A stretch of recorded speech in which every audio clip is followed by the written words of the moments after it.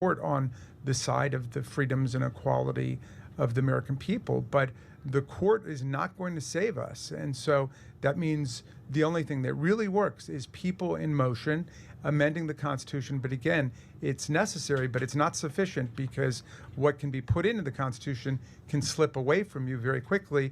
And the greatest example going on right now before our very eyes is Section 3 of the 14th Amendment, which they're just disappearing with a magic wand, as if it doesn't exist, even though it could not be clearer what it's stating. And so, they want to kick it to Congress. So it's going to be up to us on January 6, 2025, to tell the rampaging Trump mobs that he's disqualified. And then we need bodyguards for everybody in Civil War conditions, all because the 9 justices, not all of them, but these justices who have not many cases to look at every year, not that much work to do, a huge staff, great protection, simply do not want to do their job and interpret what the great 14th Amendment means. And I'm glad that Sherilyn's creating her new center so we can bring that back to life, even as we're continuing to amend the Constitution, as Professor Hassan has invited us to do. What Donald Trump is doing is trying to become an authoritarian, a dictator, and he is the worst thing that ever happened to this nation. And I totally disagree with you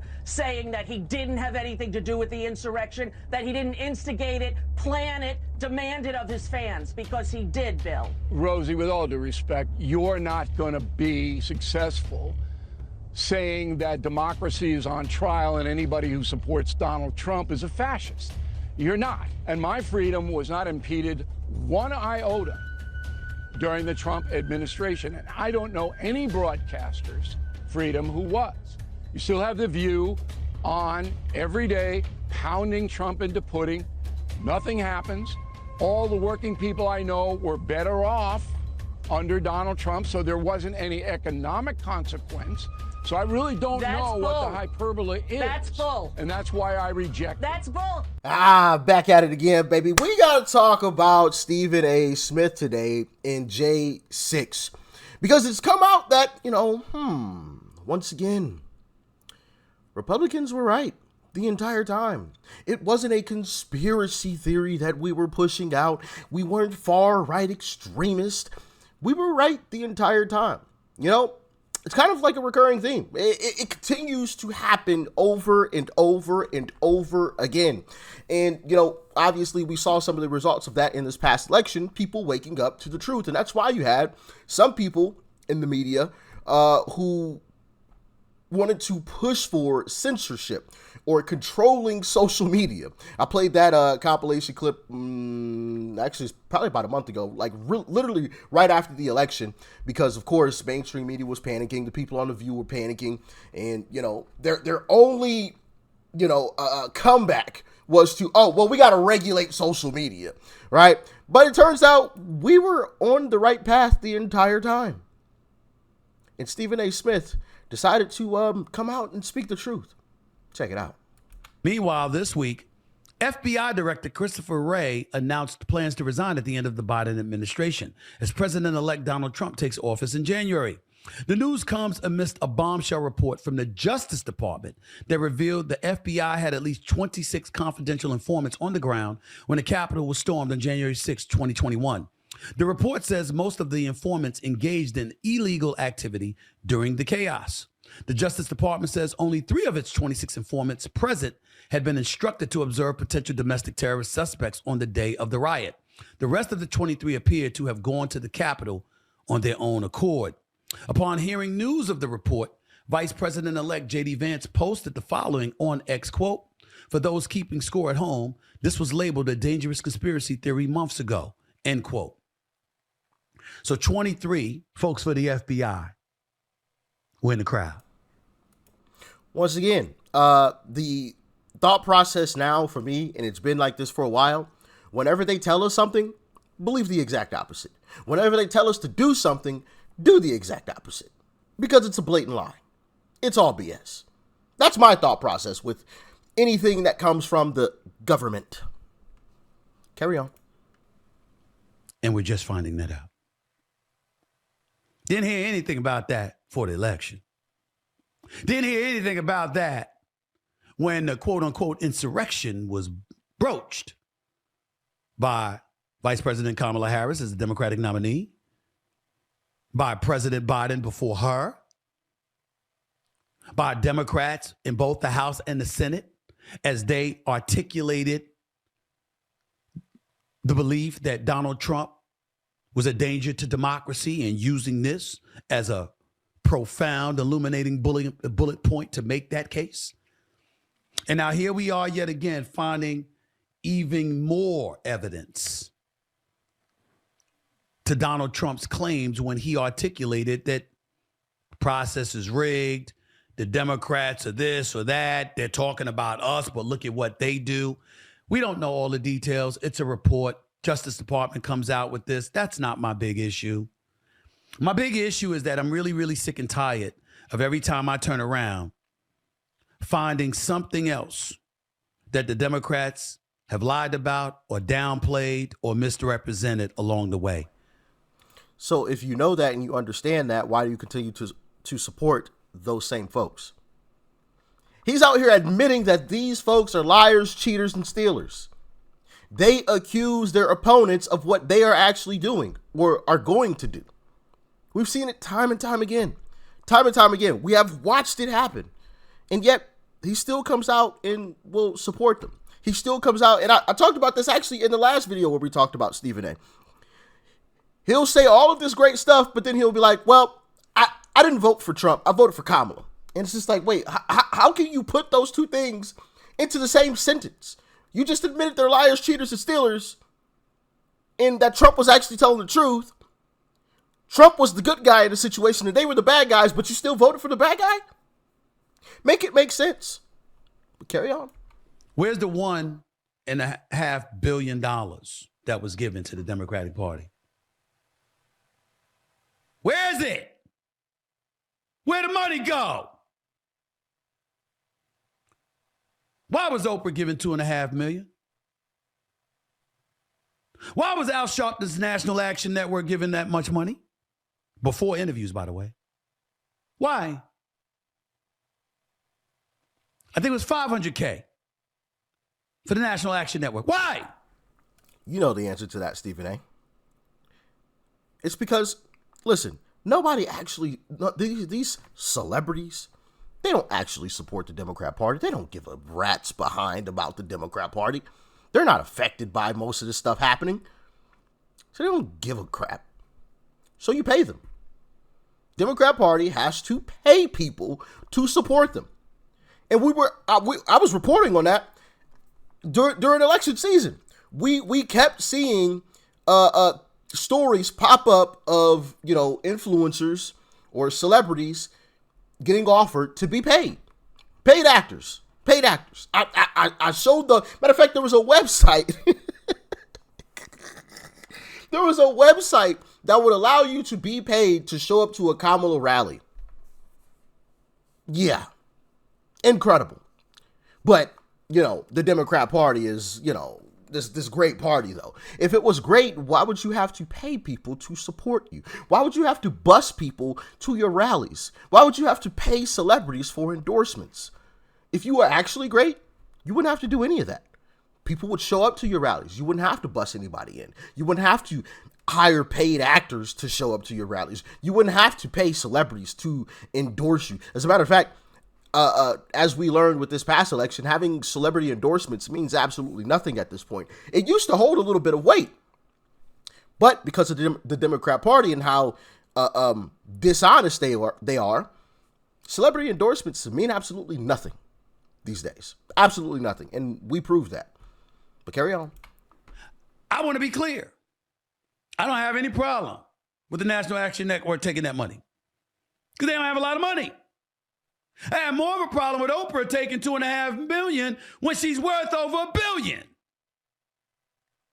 But speaking to us as if her heart and soul was so immersed in supporting Kamala Harris. Well, then why didn't you do it for free? I'm just asking. Great point. I'm just asking these things because I think it's important. And I think that the time has arrived where we have to stop letting stuff go all the time. particularly when it comes to the left. I mean, I see Republicans like Megyn Kelly or Officer Tatum or Candace Owens or, you know, the Sean Hannitys of the world. You know what I'm getting tired of? You know what I'm getting to the Democratic Party? You know what I'm getting really pissed off about? I'm getting really ticked off at every time they open their mouth about something pertaining to y'all, they seem right. Because we are right. I would love to argue with Sean Hannity. How can I? You can't. Do you know what Sean Hannity used to do to me when I told him Kamala Harris had a chance? He'd laugh. Like literally, genuinely giggle. He'd go on TV and put on a straight face to y'all. You got to be concerned. This election could go either way. He laughed. He wasn't concerned about her. Because he's a professional. And I'm not the biggest fan of Sean Hannity, and I talked about that in previous videos. But he's a professional. He understands you can't get on national television and downplay a serious election. That's a bad idea. Terrible idea. Even if you knew that it's very, very unlikely that Kamala is going to win, you still don't want to downplay it because you run the risk of having people just, yeah, we got it in the bag. Everybody else is going to go vote and support Trump. I'm good. I'll just sit back and watch the wind roll in. Well, if everybody does that, well, then you're fucked, you know? So, yeah, he's a professional. I'll give him that for sure. That's what you're supposed to do. Behind closed doors, yeah, she ain't got a shot at winning. But when you get on television, hey, this might be a little tight, guys. Make sure you get out and support. Like that's just common sense. At least it's common sense to me, right? Like that's just smart, right? I want to win. I'm not gonna tell the people that the people that will actually vote for the candidate that I like to just relax, guys. We got this in the bag. Yeah, no, not at all.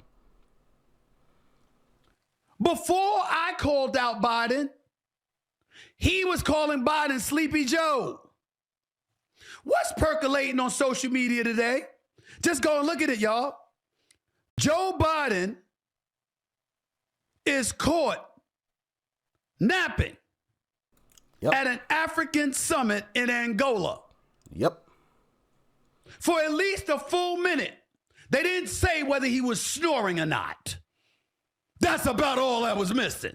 But he was clearly asleep. Facts. I'm not going to pardon my son. I want to state for the record, I have no problem with him pardoning Hunter Biden. I had a problem with him trying to act like it was unjust what was being done in pursuit of getting after my son because they wanted to get to me. All you had to say was, I'm pardoning my son because he's my son. You couldn't just say that, though. You know why you couldn't say that, President Biden? Because you had been telling us it was the last thing that you were going to do. And why did you say that? Because just like in the rest of the Democrat Party, they wanted to seem, or he wanted to seem, holier than thou, and that Trump was the bad guy, and they just wanted to put on this front. And we see time and time again, Democrats aren't who they say they are. Why did Karine Jean-Pierre, remember how she said he will absolutely not pardon his son? It's all over social media right now. They kept saying it. It's everywhere. How many times did the Democrats tell us no one's above the law? No one's above the law. No one's above the law. Nancy Pelosi, Hakeem Jeffries, Elizabeth Warren, who makes you feel like your soul is going to hell if you don't agree with her. Inconsistency after inconsistency after inconsistency. And we can argue policies. We can argue politics all day long.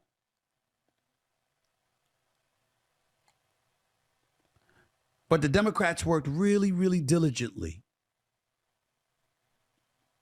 to make the case that the right had a monopoly on insidious, evil tendencies, corrupt tendencies. Nope. Duplicitous, hypocritical, nope. Untruthful tendencies. And every time they made those accusations, we turn around and find out that at least some of them are guilty of the same shit. Bing, bing, bing, bing, bing, bing, bing, bing, bing. Winner, winner, winner. Winner, winner, winner. Once again, Democrats accuse Republicans of what they are or what they're guilty of.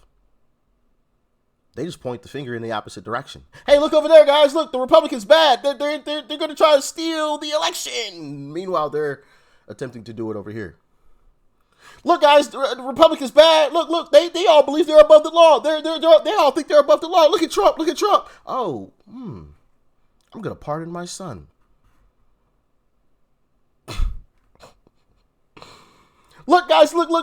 Republicans, they don't want to secure the border. See, Trump, he crashed the bill. He got rid of the bill.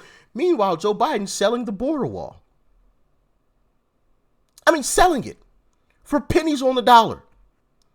Pieces of steel that are worth $10,000 plus. The starting bid is $5.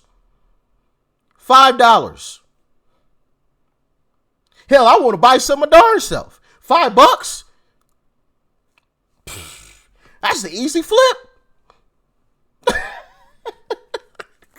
I'm a hustler, baby. I can buy something that's worth $10,000, and the starting bid is $5. As long as I'm close to $5. Listen, as long as I'm under 10, right? I could possibly make a profit on that.